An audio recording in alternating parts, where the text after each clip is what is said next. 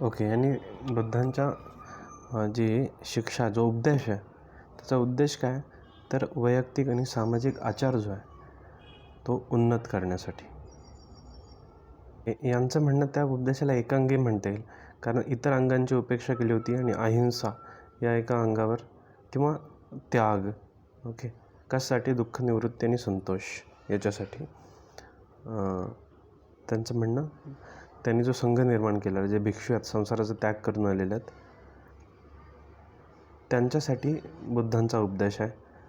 याचा हा अभिप्राय नाही की सगळ्यांनी बाबा संसार त्याग करावा, हा बुद्धांचा अभिप्राय नाही.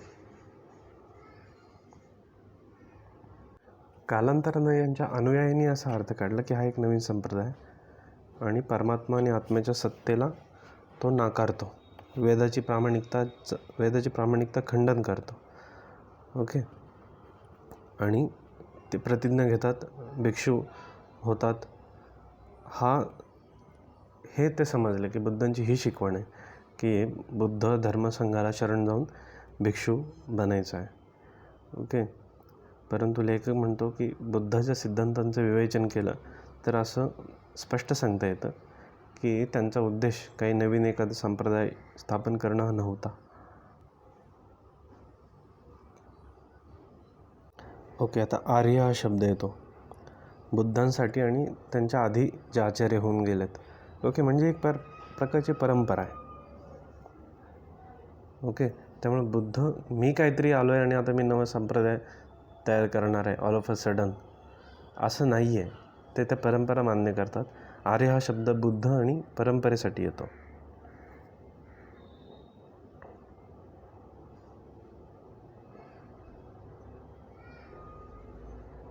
ओके. आणि बुद्ध धर्मीयांचं असं म्हणणं असतं की आत्म्याची सत्ता नाकारली, परंतु धम्मपाद याच्यामध्ये स्पष्ट आलेलं आहे बुद्धांच्या उपदेशात की जो आत्म्यावर विजय प्राप्त करणं सगळ्यात कठीण कार्य आहे.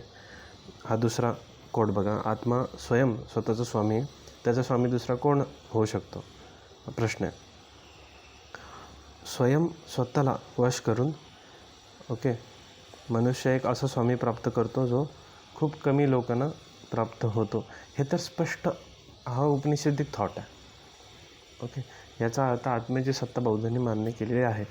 जरी यातल्या आत्मा हा शब्दाचा अर्थ कोणी वेगळा लावला तरी ह्या पॅरेग्राफचा जो इंगित आहे, गर्भितार्थ जो आहे, तो आत्म्याचंच वर्णन आहे. ओके. हे म्हणतात धम्मपादमध्ये आत्ता हा शब्द आला आहे आणि आत्माचा हा अपभ्रंश असं त्यांचं म्हणणं आहे. अरे बापरे. हे खाली बघा, वरचा मनुस्मृतीतला श्लोक आहे. अभिवादन शीलस्य नित्यं वृद्धोपसेविनः चत्वारि तस्य वर्धन्ते आयुर्विद्यावशोबलम्. आणि धम्मपादमध्ये हा श्लोक आला, अभिवादनशीलस्य नित्यमुन्दापचभिनं खतारी धम्मावृत्ती अनु काय असेल ते. ओके. किती साम्य आहे. सरळ ट्रान्सलेट केलं आहे. ओके. सरळ याचा अर्थ बुद्धांना ही स्मृती माहीत होती. ओके. ज्यावेळी राजकुमार म्हणून त्यांना शिकवलं गेलेलं असेल त्यावेळी यातलं शिकवलंच गेलेलं असणार.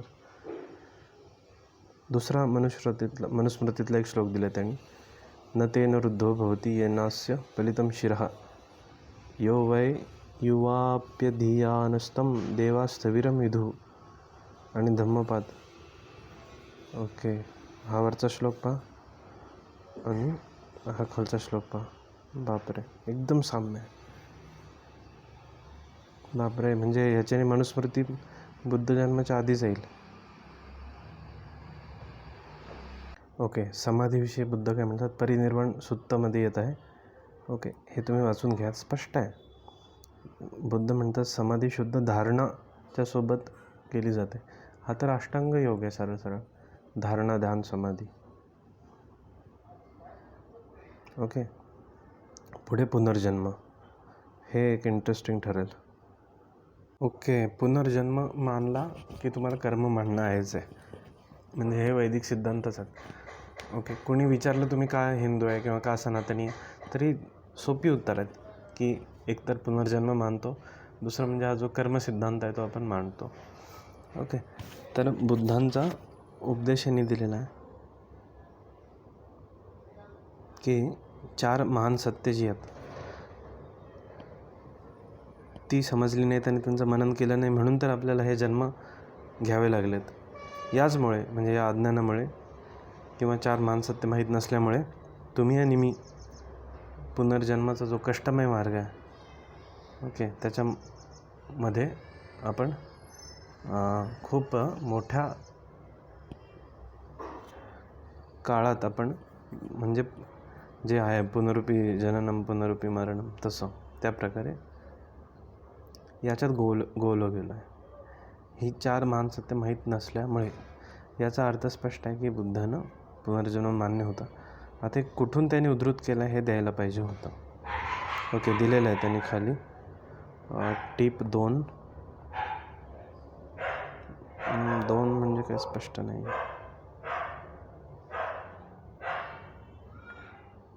मला वाटतं महापरिनिर्वाण सूत्रातच आहे. ओके, हा पहिला पॅरेग्राफ बघा, ह्याच्यावरनं स्पष्टच आहे की बुद्ध वैदिक होतेच, असं त्यांनी काही नवीन केलेलं नाही.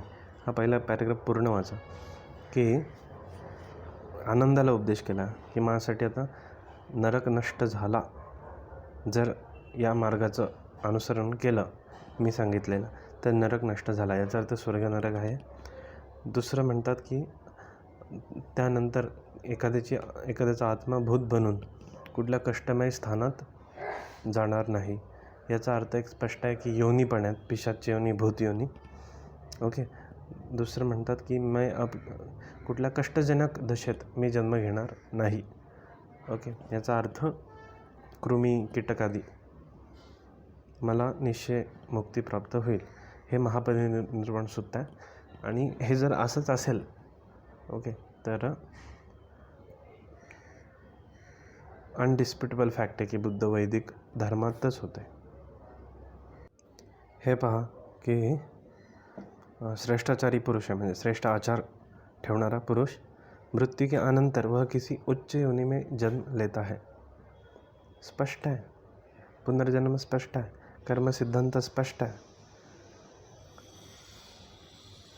आणि हा मुद्दा बघा, मोक्षाचं स्वरूप न्यायदर्शनाचं आहे. दुःखाचा अत्यंत अभावाच मोक्ष, आणि बुद्ध पण दुःख आणि त्याचं कारण जाणून त्यातून मुक्ततेचा उपदेश केला त्यांनी. आणि जन्म बंधनातून मुक्त होण्यासाठी 2 स्थानामध्ये मिळतं. ओके, बघा, महापरिनिर्वाण सूत्राचा अभ्यास केलाच पाहिजे मला वाटतं, कारण पुन्हा महापरिनिर्वाण सूत्र उद्धृत केलं आहे. आता हा संस्कृत आणि प्राकृतचा पण वाद आहे की आधी कुठली आहे. ओके, तर भाषा आधी कुठली आहे आणि लिपी आधी कुठली आहे, असे 2 वाद आहेत बरं का. यांना मिक्स केलं जाऊ शकत नाही, हे लक्षात ठेवा. तर ते म्हणतात की बहीण नंदा जी आहे ती आता श्रेष्ठतम स्वर्गात गेली आणि पुन्हा ती येणार नाही. ओके, हे एक महत्त्वाचं आहे. आता पहा, का महत्त्वाचं आहे की स्वर्गात गेली याचा अर्थ तिने चांगली कामं केली, चांगल्या कामांचं फळ मिळालं. ओके, कर्म आहे, त्याचं फळ आहे, त्या फलस्वरूप स्वर्ग मिळाला. परंतु सदा केली आहे गई म्हणजे काय की बाबा, जर तिचं पुण्य तेवढं स्ट्रॉंग नाही तर ती काय ते ज्या लोकात गेली असेल ते सुख भोगून ती परत मृत्यू लोकात येईल. पण ही जी कोण आहे बहीण नंदा म्हणून, तर ती गेलेली आहे मोक्षाला. मोक्षाचे माणसं परत येत नाहीत. ही जी सनातन वैदिक जी समजूत आहे तीच बुद्धांची समजूत आहे. ओके, त्यामुळे ज्या खांबांवर सनातन धर्माची फिलॉसॉफी उभी आहे, त्याच खांबांवर गौतम बुद्धांची फिलॉसॉफी पण उभी आहे. ओके, फक्त त्यांच्या अनुयायांनी ती एकांगी बनवली, हे लेखकाचं म्हणणं आहे. ओके, ज्या मनुष्याला कुठल्या अभिलाषा नाही, तो मोक्षाची उच्चतम सीमा प्राप्त केली ज्यांनी, त्याला मी ब्राह्मण म्हणतो. ओके, हे आलं कर्मन ब्राह्मण. आणि मला वाटतं बहिणाबाई ज्या तुकाराम महाराजांच्या शिष्या होता, हे जे कोट आहे ना ते त्यांचे अभंग रिफ्लेक्ट करतात. ओके, इथं पहा, महावग्ग सेल सुत्त ब्रह्मभूतो 4था नंबर बघा. ब्रह्मभूत अतितुलो मारसेनाप मद्दनो. इथं दिले 4 बघा की मार म्हणजे वासनेच्या सेनेचा मी विध्वंस केला आणि मी ब्रह्मभूत आहे, मी आनंदमय. संपले, विशेष संपला इथे. ओके, आनंदाला एक उपदेश केलेला आहे बघा. पृथ्वी पाण्यावर आश्रित आहे, पाणी वायूवर आणि वायू आकाश. हा पण सृष्टी उत्पत्तीचा जो वैदिक सिद्धांत आहे याच्याशी जुळतो. ओके, वर्णव्यवस्थेबद्दल काय ते म्हणतात, बुद्ध साहित्यात भारतात वर्णव्यवस्था होती की ज्यावेळी लिच्छवी लोकांना ज्ञात झालं की आम्रपालीच्या उद्यानात बुद्ध आलेत, त्यावेळी ते काही काळे होते, त्यांचा रंग काळा, आभूषण काळे, काही सुंदर होते, काही लाल होते. तर यांचं म्हणणं असं आहे की काळे शूद्र, सुंदर जे आहेत ते वैश्य, लाल क्षत्रिय आणि सफेद ब्राह्मण. ते म्हणतात जातपातीचा बुद्धांनी विरोध केला, पण वैदिक वर्णव्यवस्थेचा विरोध केला नाही. बरेच जण म्हणतात की संतांनीसुद्धा वैदिक वर्ण, पण ते खरं नाही, ते खरं नाही. जन्माधारी की कर्माधारी हे वाद होऊ शकतो, पण वर्णव्यवस्थेचा विरोध केलेला नाही. ओके, तर यांचं असं म्हणणं आहे की जातपातीचा विरोध केला पण वर्णव्यवस्थेचा विरोध केला नाही. यांनी एक आता इथं 2 दिलं आहे. सुत्त निपातमध्ये काय बुद्ध म्हणतो, कर्मन वर्ण माना, जन्म के संबंध में मत पूछो परंतु आचरण के संबंध में पूछो. याने अजून दिलं आहे 3 नंबर म्हणजे सुत्त निपात की जन्मानं कोण ब्राह्मण होत नाही, कर्मानंच ब्राह्मण किंवा ब्राह्मण होतो. हे स्पष्ट आहे. अजून किती उदाहरणं पाहिजे? ओके, किती उदाहरणं पाहिजे? ओके,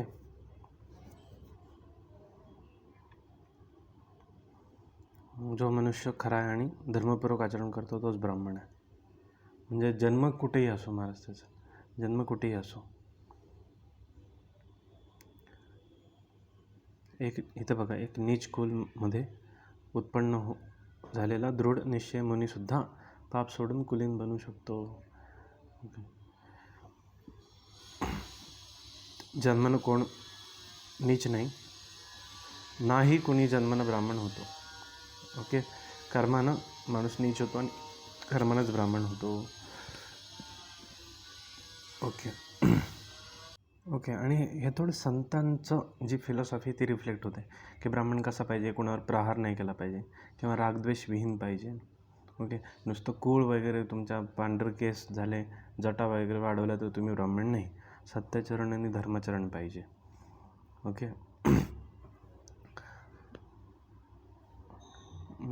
आणि ब्राह्मण तो आहे जो कोणाला मारत नाही. ओके, आणि सहिष्णू आहे, दयाळू आहे, निर्व्यसनीय. ओके, परलोक लोकात त्याची आसक्ती नाही. भारद्वाज नावाचा एक याज्ञिक ब्राह्मण आणि बुद्धांचा जो हे आहे डायलॉग आहे, संभाषण, त्याचा संक्षेपच दिला आहे त्यांनी. ओके, की भगवान बुद्ध कौशल्याच्या सुंदरीक नदीच्या किनारी राहत होते. त्यावेळी एक सुंदरीक भारद्वाज नावाचा ब्राह्मण नदीच्या किनारी यज्ञ करत होता. यज्ञाची समाप्ती झाली. त्यांनी विचारलं कोण यज्ञशेष ग्रहण करायचं आहे का. ओके, त्यांनी बुद्धांना पाहिलं, पण जवळ गेला, पण त्यांना वाटलं की हा केस नाहीत, मुंडन केलेलं आहे, याचा अर्थ हा शैव आहे. ओके, तर ते म्हणले नको द्यायला याला. पण ते म्हटले अरे काही ब्राह्मण पण टक्कल करू शकतात. तर ते गेला, त्यांना विचारलं तुम्ही कुठल्या परिवाराचा. बुद्ध म्हटलं की मी ब्राह्मण नाही, कुठल्या राजाचा पुत्र नाही, वैश्यही नाही आहे. याचा अर्थ बुद्धांना वर्णव्यवस्थाही माहीत होती, मान्य होती. ओके, पण कशानं? कर्मानं. बुद्ध म्हणतात माझं घर नाही, मी इकडे तिकडे फिरतो, शांत राहतो, रमत नाही कुठे. तर त्या सुंदरीक भारद्वाजानं स्पष्ट विचारलं की तू ब्राह्मण आहेस का. तर बुद्ध म्हणतात तुला आणि मला, तुला ब्राह्मण मला अब्राह्मण म्हणत असशील तर मी तुला सावित्री म्हणजे मला वाटतं गायत्री मंत्र की त्या संबंधात विचारतो की ती त्रिपाद आणि 24 अक्षर आहेत, त्या संदर्भात मी विचारतो. तर भारद्वाज म्हणतो मी विचारतो की या संसारात मनुष्य, ब्राह्मण आणि क्षत्रिय देवतांची पूजा का करतात. बुद्ध म्हणतात की देवतांची श्रवणशक्ती प्राप्त होऊन तो सफल होतो, म्हणून पूजा. तर भारद्वाज म्हणतात ठीक आहे, त्याचीच पूजा सफल झाली ज्याने तुमचं दर्शन केलं, तुम्ही वेदज्ञ आहात. ओके. बुद्ध म्हणतात तुम्हाला काय विचारायचं तर विचारा. भारद्वाज विचारतो की मला एक भेट द्यायची,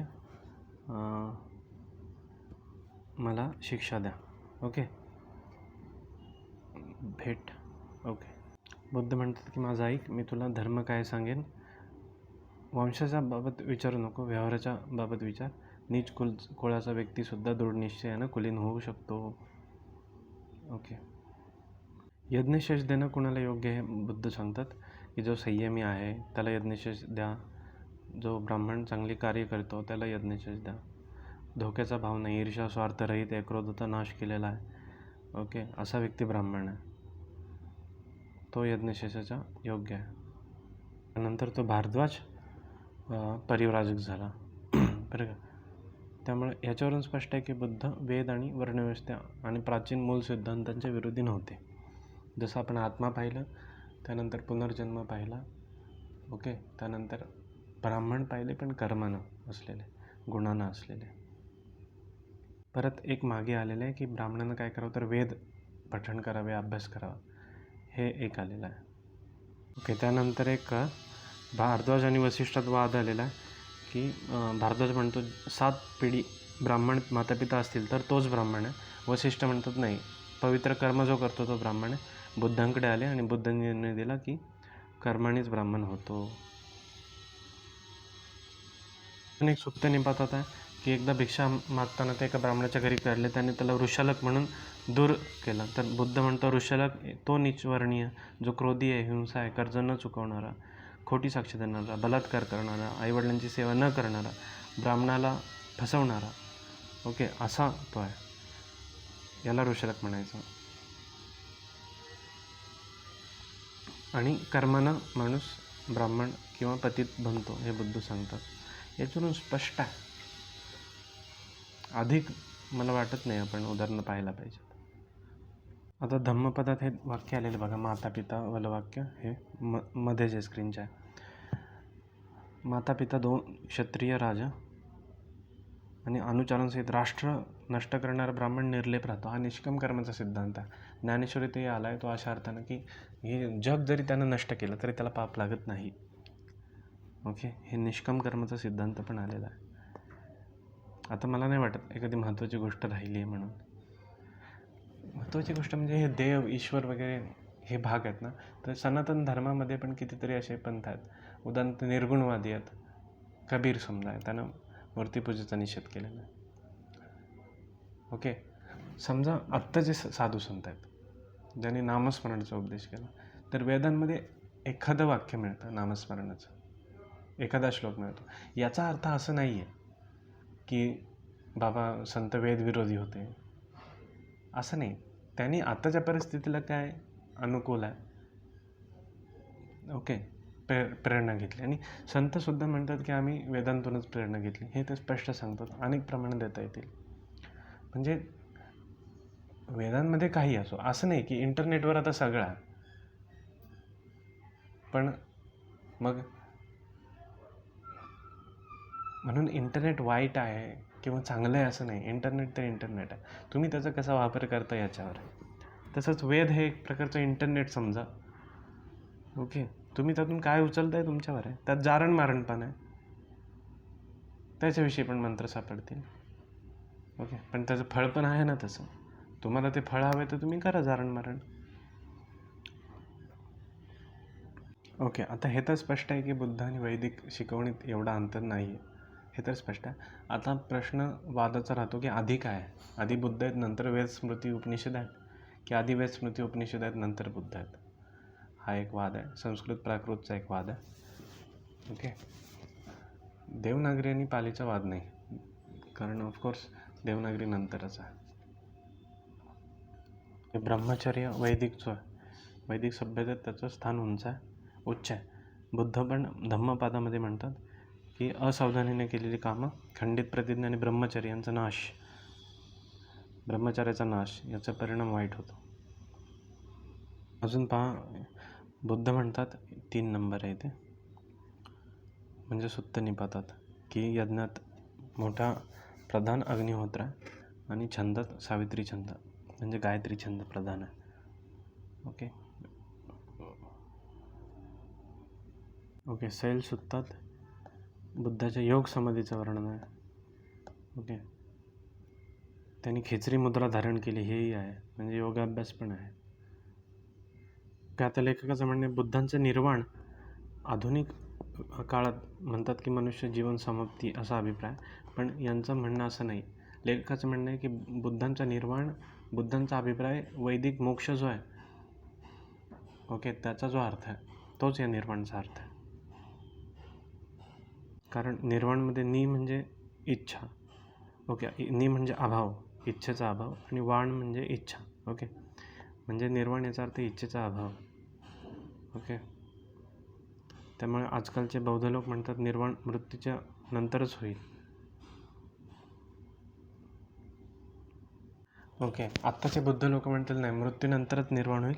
पण स्वयं बुद्धांनी काशीमध्ये जे भाषण दिलं त्यात ते म्हणतात की मी निर्वाण पद प्राप्त केलं, आता माझा पुनर्जन्म नाही, हाच माझा अंतिम जन्म. ओके याचा अर्थ याच जन्मात, जसं संत वैदिक निर्वाण म्हणतात की याच जन्मात. तुकाराम महाराजांचा एक प्रसिद्ध अभंग, आपुले मरण पाहिले मी डोळा. ओके पण लेखक म्हणतात वर्तमान अनुयायी बुद्धांचे जे स्वीकार करतात ते निर्वाण नाही. ओके यांचं म्हणणं की आताचे बौद्ध आत्म्याची सत्ता मानत नाहीत. मग निर्वाण पद म्हणजे काय अर्थ? जे आत्म्याची सत्ता मानतात ते आत्मा परमात्म्याचं, ओके आत्मा आणि परमात्मा हे वेगळे शब्द नाहीच आहेत. आत्मा हा शब्द फार वापरला गेला, त्यामुळं परमात्मा हा शब्द नंतर आला, आधी आत्माच शब्द आहे. ओके जसं आता शुद्ध तूप किंवा शुद्ध देशी गाईचे तूप. ओके अजूनही काय येईल की सेंद्रिय चारा घातलेल्या शुद्ध देशी गाईचे तूप, किंवा आमच्या इथे या गायची वंशावळ मिळेल वगैरे. हे का करायला झालं? तूप तर शुद्धच असतं, पण मग अशुद्ध तूप पण आले, यासाठी शुद्ध हा शब्द घालायला लागला. तसं आत्मा आणि परमात्म्याचं आहे. ओके तर जे त्याची सत्ता मानतात ते त्याच्यात एकरूप होतात.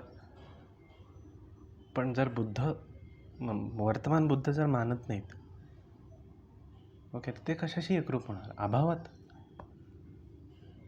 ओके डॉक्टर कुमारस्वामी नावाचे त्यांचं कोट दिलं आहे. ओके मे बी ह्या पॅराग्राफचा अर्थ मला नीट आला नसेल, पण माझ्या म्हणण्यानुसार निर्वाणावस्था म्हणजे वृत्तीचा नाश आहे फक्त. पण वृत्तींच्या नाशानंतर काय राहतं याच्यासंबंधी बुद्ध लोक उत्तर देत नाहीत, चूप आहेत, गप्प आहेत. ओके म्हणजे याचा अर्थ असा आहे की प्रत्येक गोष्टीला काहीतरी कारण आहे.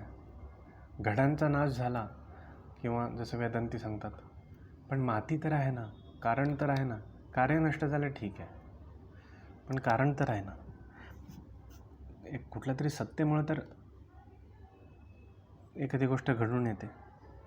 मग एखादी गोष्ट नाहीशी झाली तर ती सत्ता आहेच आहे ना.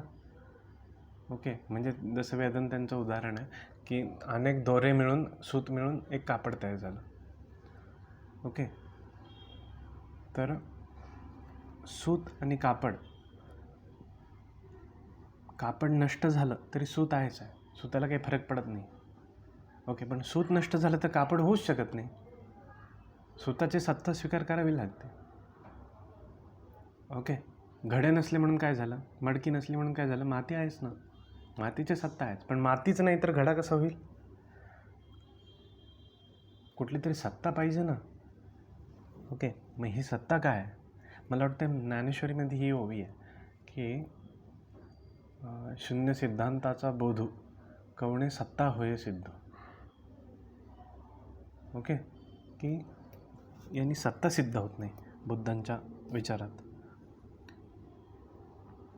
पण लेखक म्हणतो की हे आत्ताचे अन्वयी म्हणत नसतील, पण बुद्धांनी आत्म्याची सत्ता स्वीकार केली, हे जे आपण वर उदाहरणं पाहिली. ओके त्यानुसार स्पष्ट आहे. ओके आता बुद्ध आत्म्याचा स्वीकार करत नाही सत्तेचा, हे कुणी मांडलं तर श्रीयुत रॉड्स डेव्हिड्स यांनी मांडलं. तर त्यांचं म्हणणं आहे शरीर, अनुभूती, विचार, संस्कार आणि चेतनता हे 5 खंड आहेत, आणि देहाची शारीरिक आणि मानसिक स्थिती मानसिक भाग आणि शक्ती या 5 खंडांमुळे होते. पण हे 5 खंडच आहेत, ते उत्पत्ती होते आणि त्यांचा विनाश होतो. यासाठी आत्म्याचा पण जर काय असेल तर तो विनाशीच आहे, अविनाशी आत्म्याचा वर्णन नाही. पण लेखक म्हणतो ते फार महत्त्वाचं आहे. खाली कन्क्लुजन आहे बघा, जे स्क्रीनच्या सुरुवातीला आहे, की ते म्हणतं की ह्या सुत्तात, या सुत्ताचं नाव काय, अनंताल स्कंद, आत्ता म्हणजे आत्मा नाही असं ते सुत्ताचंच नाव आहे. पण लेखक म्हणतो की याने असं सिद्ध होतं की अनात्मा काय हे ह्यात सांगितलेलं आहे. त्यामुळे लेखकाचं म्हणणं निर्वाणचा अर्थ असं नाही की नष्ट होऊन जाणं सगळं. ओके, निर्वाण म्हणजे दुःखाचा विनाश. हे बघा स्क्रीनच्या सुरुवातीला काही लोकांचा पुनर्जन्म होतो, वाईट काम करणारे नरकात जातात, ज्यांनी वासना सोडल्या ते निर्वाण प्राप्त करतात. त्यामुळे निर्वाण हे अभाव स्वरूप आहे, याचं पूर्ण खंडन होतं असं लेखकाचं म्हणणं आहे. आणि वर्तमान लोक त्या अभावाला मानतात, सत्ता मानत नाहीत. आणि निर्वाण तर जीवन दशेतसुद्धा प्राप्त केलं जाऊ शकतं, हे एक आहे. आता मेत्तगु हा कोण आहे, सुत्त निपात आहे. ओके, तो म्हणतो उपाधीपासून सुटका हेच निर्वाण आहे. हा तर सरळ सरळ वैदिक सिद्धांत आहे. ओके, हा अध्याय इथे संपला. पुढे 4था अध्याय, बुद्धाचे वेद आणि ईश्वरासंबंधीचे विचार.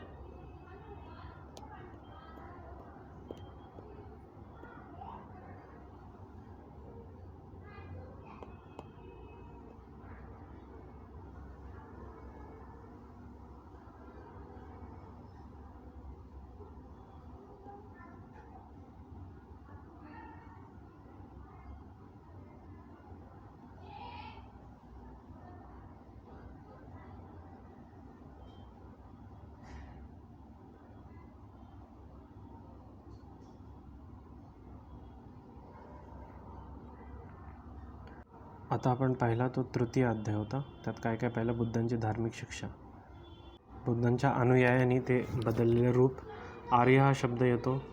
ओके, आणि त्यास बुद्धाने स्वतःसाठी आणि पूर्वकालाच्या धर्माचरणासाठी वापरलेला आहे. आत्म्याची सत्ता हल्ली स्वीकार करत नाहीत, पण बुद्ध स्वीकार करत होते असं ते मानतात. त्यांनी खूप उदाहरणं दिली त्यासाठी. समाधी, पुनर्जन्म बुद्ध मानतात. मोक्षाचं स्वरूप हे त्यांचं वैदिक स्वरूप आहे, हे पाहिलं. संस्काराची उत्पत्ती बुद्ध आणि वैदिक धर्म सेम आहे. 33 देवता हे प्रकरण पण नव्हतं पाहिलं. ओके, ते पण मानतात. 33 कोटी म्हणजे 33 प्रकारच्या. वर्णव्यवस्था पण बुद्ध मानतात. जातपात मानत नाहीत आणि त्याचा अभिमान मानत नाहीत, बरं का. ओके, जन्मानं ब्राह्मण नाही कोणी, कर्मणा आहे, याबाबत बुद्धांची खूप वचनं आहेत. ब्राह्मण कोण असावं वगैरे हे सगळं त्यांना गायत्री छंद माहीत आहे. सुंदरी भारद्वाजमध्ये याज्ञिक ब्राह्मणांना त्यांनी यज्ञशेष दिला, कारण त्यांनी बुद्धांना सर्वश्रेष्ठ ब्राह्मण आहेत हे त्यांना कळलं. हे आपण याच्यात पाहिलं. निष्काम कर्म हे आपण पाहिलं, बरं का. हे एक वैदिक कन्सेप्ट आहे. ब्राह्मण काय आहे याच्या बुद्धांच्या व्याख्या, ब्रह्मचर्य याचा गौरव केलेला आहे. ओके,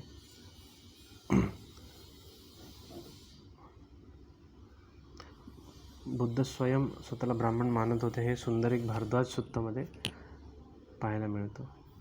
ओके, ब्राह्मणांनी त्रैविद्या वेदांचा अभ्यास करावा हे सगळं दिलं. योगाभ्यास पण बुद्धांनी खेचरी मुद्रा लावली, याचा धारण या सुत्तामध्ये आहे, सैल सुत्तामध्ये. किंवा बुद्धाचं निर्वाण हे अभावामध्ये नाही तर या जन्मात पण ते होऊ शकतं. आणि एक सत्ता ही बुद्धांनी मानली पण त्यांच्या अनुयायांनी मानली नाही, हे लेखकाचं म्हणणं आहे. ओके, आणि यासाठी खूप उदाहरणं, खूप अभ्यास करून धम्मपदातली म्हणजे जे ऑथेंटिक ग्रंथ आहेत. ओके, मनुस्मृती आणि जे श्लोक आपण बघितले जसेच्या तसे आहेत. ओके, ज्यांना काही बघायचं असेल त्याने पॉज करून थांबा. इथं खूप उदाहरणे दिलेत, त्याने आपण नेमकीच घेतलेत. आणि हा जो आहे तो पुढच्या व्हिडिओमध्ये पाहायचा आहे. मला वाटतं हा फार महत्त्वाचा विषय आहे, बुद्धाचे वेद आणि ईश्वर संबंधी विचार.